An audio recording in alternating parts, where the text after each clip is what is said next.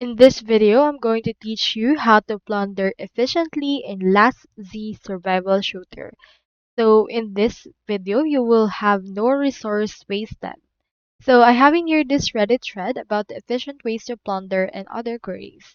So when you reach your daily plunder maximum, it will actually come to this actual option. The user on this Reddit said you shouldn't raid this much daily and it will lead to a dead state. Try to only raid what you need to upgrade. When Alliance Dual State versus State opens, you can do raid other states until loot cap. So there is no benefit, they're all the same. Certain heroes will buff certain troop types, so depending on where you're at in this game, speeds up or shields. VIP shop must buy is pretty much just trenches. When it comes to glory, which will get you on hero valor build, level 3 components, trenches, and the likes. So as you can see, here are all of the things that you needed to know. So that's all there is today, and I hope this video helped you out.